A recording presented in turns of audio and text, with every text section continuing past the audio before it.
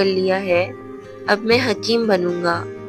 بیوی نے ہنس کر کہا، افسوس، یہ کیسا پاگل پن ہے؟ اگر کسی مریض کو نقصان ہو گیا تو لوگ تجھے جان سے مار ڈالیں گے۔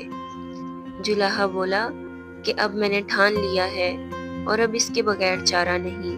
دوسرے ہی دن اس نے حکمت کا دھندا شروع کر دیا، چھوٹی سی دکان کھولی اور خود کو حکیم صاحب کہلوانا شروع کر دیا۔ لوگ آئے، اس نے یوں ہی دوائیاں بتائیں، کبھی کہتا یہ دوا دن میں 2 بار کھاؤ، کبھی کہتا یہ شربت پیو تمہارا بخار اتر جائے گا۔ لوگوں نے یقین کیا اور اسے پیسے بھی ملنے لگے۔ شام کو خوشی خوشی بیوی سے کہا، دیکھو میں نے ایک ہی قسم کی گولیاں بنا کر لوگوں کو دی ہیں اور اتنے پیسے کما لیے۔ بیوی نے پھر سمجھایا، یہ کام چھوڑ دو، یہ دھوکہ زیادہ دن نہیں چلے گا، لیکن وہ نہ مانا۔ ایک دن ایک پانی